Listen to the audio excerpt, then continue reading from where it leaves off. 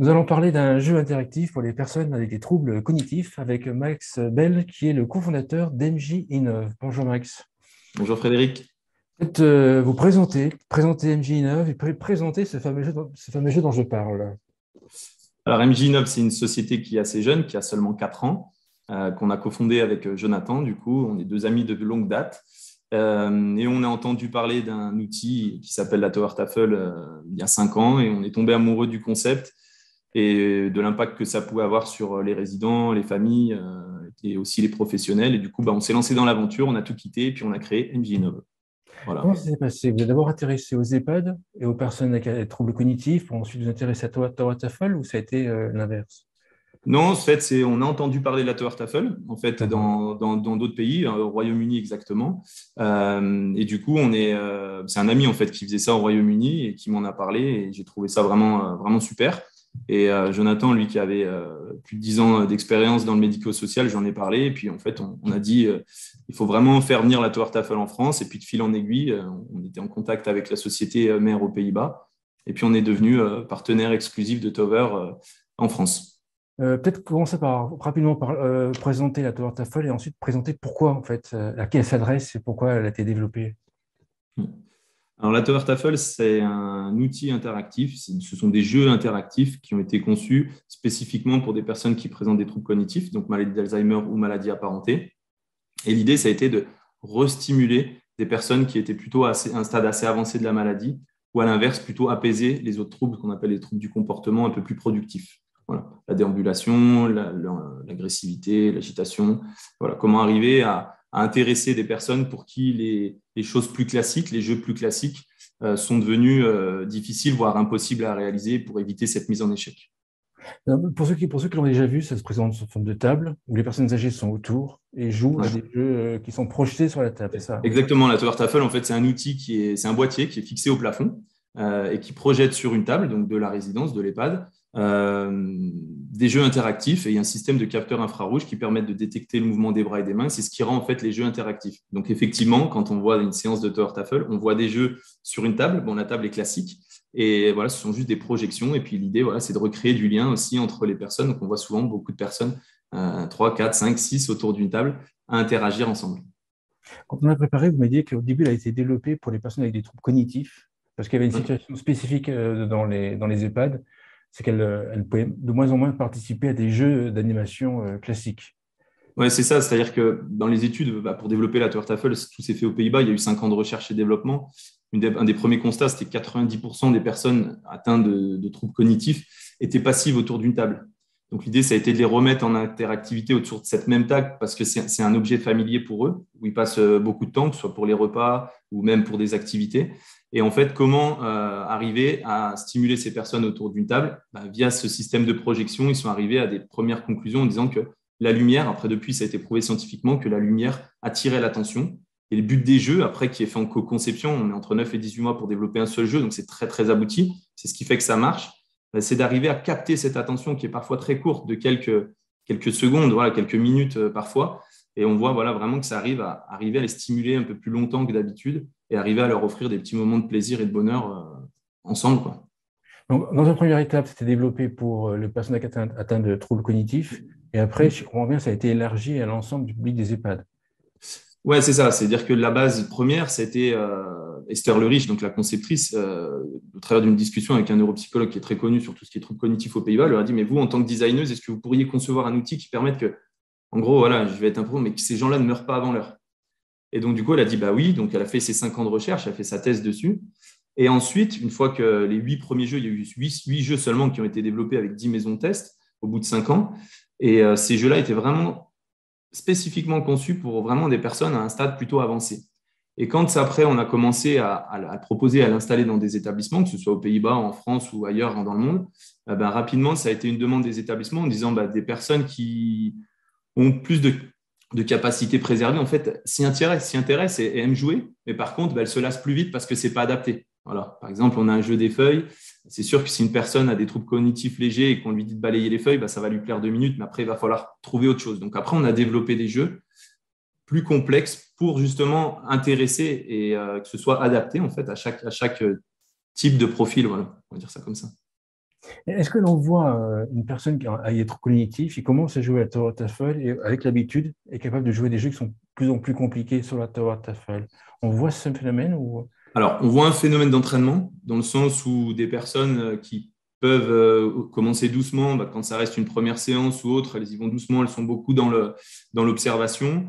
Euh, Plus elle va faire de séances, plus elle va regarder, parce qu'on dit que les personnes Alzheimer oublient ce qu'elles font. Oui, c'est vrai, mais elles n'oublient pas une chose, c'est les émotions.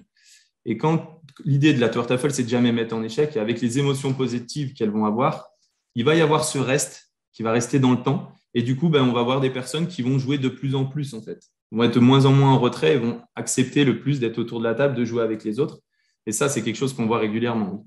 Après, de là, de dire des personnes qui, on va faire des jeux plus complexes, non, parce qu'on n'est pas dans une volonté de progrès, de progresser. On n'est pas là pour arrêter, on ne peut pas arrêter cette maladie. Mais par contre, c'est plutôt de continuer à stimuler et d'offrir ces petits moments de bonheur. Ouais. En règle générale, dans un EHPAD, elle est utilisée comment et combien de temps par jour? J'imagine que s'il y a 100 résidents, mais que tout le monde n'est pas atteint de la maladie d'Alzheimer, en fait, en moyenne, comment se répartit l'usage sur une semaine de la Tower Tafel? En fait, disons qu'il y a pas, tous les établissements sont uniques et les usages sont tous uniques. Quand on a des personnes avec qui on a vraiment du mal à faire des choses, c'est très dur d'habitude. On peut très bien faire une séance, ça peut être utilisé une fois par jour, ça peut être utilisé une fois par semaine, tout dépend en fait. Dans les 100 personnes aujourd'hui, avec l'âge avancé d'entrée en EHPAD, qui est à peu près 86 ans, forcément, les gens, ce qui est très bien, restent à leur domicile, mais quand elles arrivent en institution, elles arrivent forcément, ou pratiquement la majorité du temps, voire tout le temps, avec des troubles cognitifs, plus ou moins avancés. Et donc, du coup, après, sur 100 résidents, aujourd'hui, il y a entre 80 et 90% des personnes qui présentent des troubles cognitifs. Donc, on va toucher un maximum de personnes, et même des personnes, on le voit, même en résidence autonomie, même si ce n'est pas le but du tout, en résidence autonomie, on a des personnes qui adorent y jouer parce que ça permet de recréer du lien. Et c'est un outil de médiation. Donc, Oui, en fait, ça touche on joue vraiment à tout le monde. plusieurs autour d'une table, déjà. Donc, puis j'imagine que dans l'imaginaire des personnes, ça rappelle la table sur laquelle on mange, en fait. Donc, il y a une conversation. J'imagine que il y a aussi l'aspect là, j'imagine. Oui, c'est ça. C'est vraiment Alors, j'ai juste pas entendu la question. Ça coupe un En moment. fait, comme c'est sur une table et que les personnes sont autour d'une table, j'imagine que dans l'imaginaire inconscient, ça rappelle des moments passés à table, autour d'une table de convivialité. Donc, à la base, c'est un événement c'est un axe convivial, j'imagine. Alors, oui, l'idée, c'est de recréer du lien, Mm. dans le sens où justement, on ne va pas être en individuel avec une personne. Alors, on peut être en individuel, mais le but, c'est de recréer du lien entre les résidents, avec les professionnels aussi, et aussi surtout avec les familles. L'avantage de la Tower Tafel, alors bien sûr, ça leur rappelle des choses qu'ils ont fait autour du temps, mais ça leur rappelle surtout en fonction des jeux, des choses qu'ils ont vécues dans leur vie, parce que chaque personne, bien sûr qu'on parle de maladie, ce sont des personnes qui sont malades, mais qui ont aussi des capacités préservées et qui ont une histoire de vie. Donc, il y a forcément des émotions avec chaque jeu, en fait. C'est le but aussi de la Tower Tafel et puis plein d'autres médiations, mais c'est d'ouvrir un tiroir, comme on dit, et de refaire sortir des émotions, de régénérer des émotions. Et ça, c'est le plus important. Et via tous les jeux, aujourd'hui, on a, par exemple, sur la Tower Tafel, on a 32 jeux. Ça permet de toucher. On aura peut-être un résident qui va aimer 3 jeux, 4 jeux ou 5 jeux, pas plus. Mais c'est déjà super. Voilà. Si je suis directeur d'EHPAD, est-ce qu'il me faut un personnel spécifique dans l'animation pour utiliser la Tower Tafel avec les résidents ou Pas est-ce du que tout. mon animatrice convient? Pas du tout. C'est vraiment un outil que nous, on ne destine pas forcément spécifiquement aux animateurs. Il y a des animateurs qui l'utilisent, mais nous, c'est surtout il n'y a pas de fonction vraiment phare, si ce n'est que nous, on présente vraiment ça pour un outil pour les soignants, parce que c'est un outil qui est très simple à mettre en place. Comme c'est un boîtier qui est fixé au plafond, on n'a pas de temps de préparation, on n'a pas de temps de rangement non plus. On sait qu'aujourd'hui, même avant le Covid et encore plus maintenant, le manque de personnel et le manque de temps de personnel pour accompagner quotidiennement les résidents est là. Donc, en fait, c'est vraiment aussi un outil qui est facile à mettre en place. Et voilà, mais après, ça peut être pour la psychologue, l'ergothérapeute ou la psychomote sur le côté moteur. Ça peut être l'animateur et ça peut être surtout aussi les familles. Avant le Covid, on le voyait surtout. Maintenant, c'est un peu plus difficile, même si les familles commencent depuis quelques mois maintenant à revenir sur les établissements. Mais c'est un outil que beaucoup de familles utilisaient parce que quand on a un proche, que ce soit son papa, sa maman, ou son mari ou sa femme, avec qui la communication n'existe plus, la maladie d'Alzheimer, c'est ce qu'on appelle aussi souvent la maladie de la relation, c'est très compliqué et c'est très, très dur pour tout le monde, pour la personne, mais également pour l'entourage. Et la communication qu'on a tout le temps eue avec son proche n'existe plus, ou presque plus, ou plus du tout. Et donc, du coup, il faut trouver une autre forme de médiation.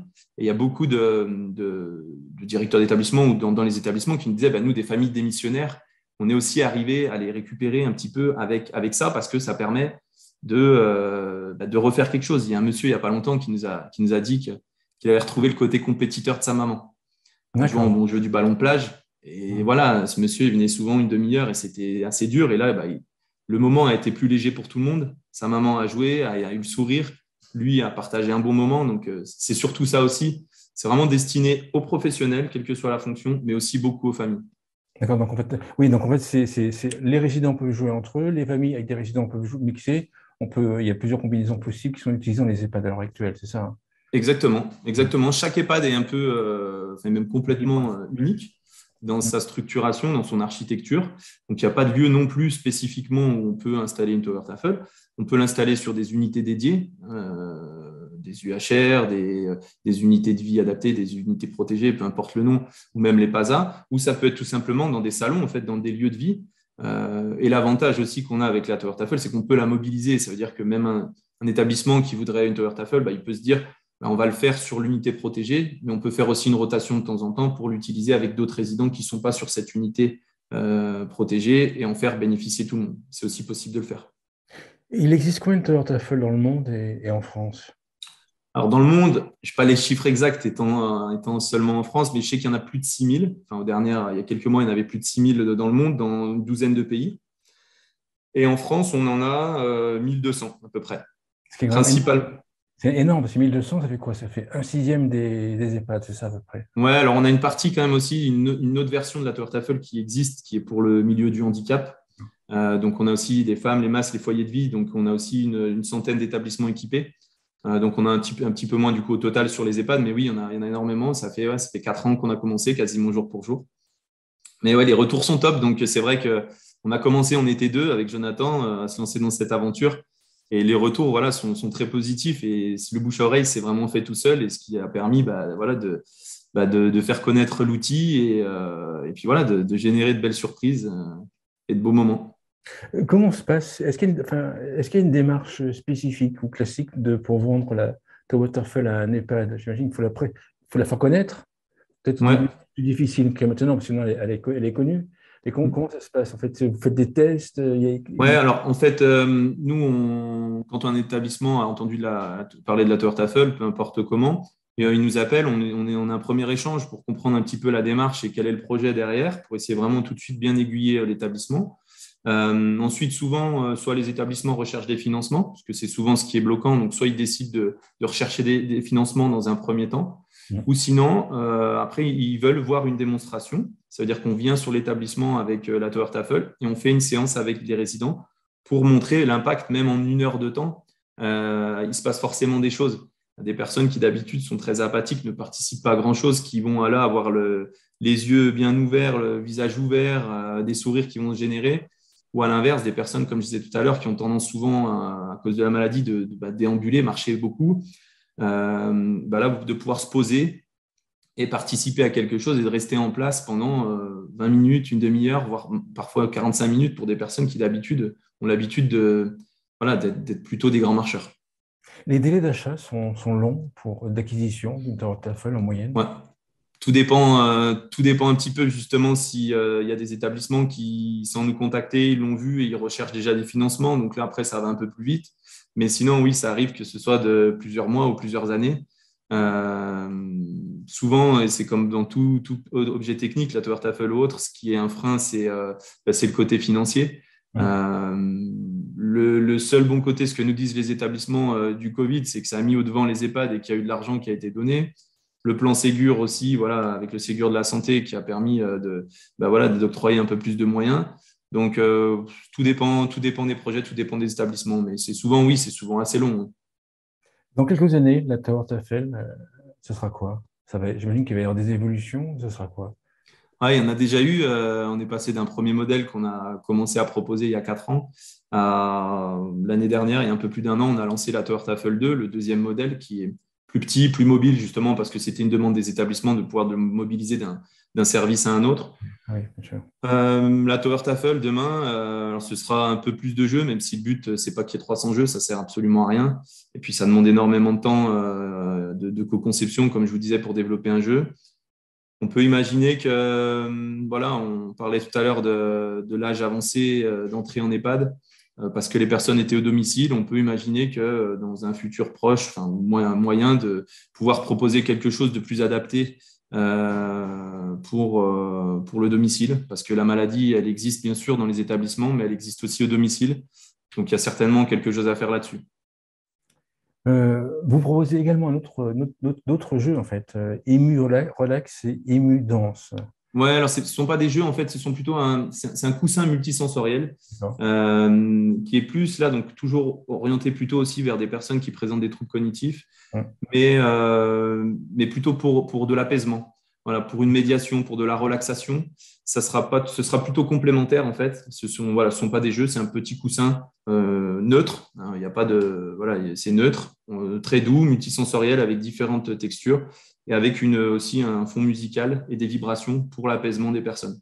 Donc là, j'imagine que l'EHPAD en achète plusieurs pour qu'il y ait plusieurs personnes âgées qui puissent utiliser. Ouais, c'est ça. Et puis souvent, c'est installé aussi c'est proposé pendant les soins au lit, en chambre. Ah Donc oui. souvent, c'est sur les chariots de soins où effectivement les établissements prennent 3 ou 4 d'un coup pour pouvoir faire aussi des ateliers de groupe si besoin, faire des séances de médiation et de relaxation avec cet outil. C'est un outil qui a été développé par qui? Par vous? Par qui? Non, non, ça a été développé au Danemark D'accord. Encore au par la Danemark, d'accord. société, ouais, au Ah non, Danemark pas par la Danemark, société. Pays-Bas, Danemark. Non, c'est aussi Danemark. Exactement. On reste au nord de Ah, l'Europe. d'accord. Du coup, ouais, par la société InmuTouch, en fait, qui a développé ça.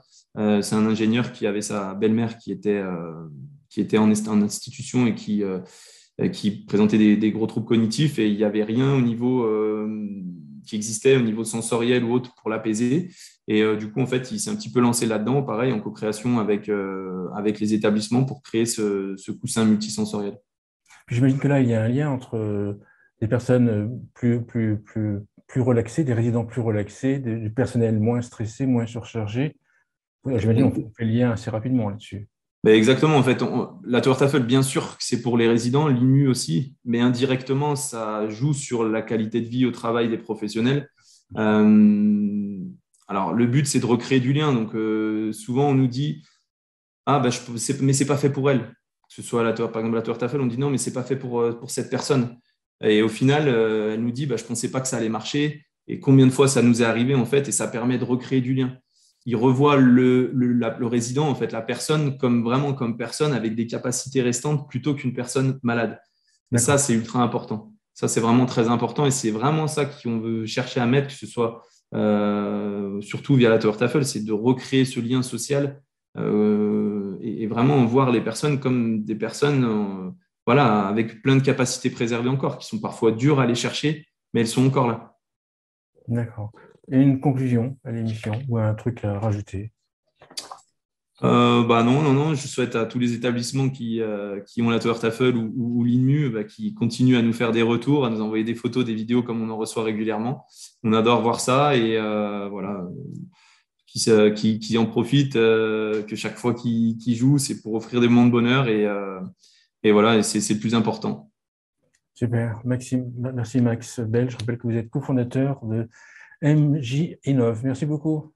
Merci Frédéric.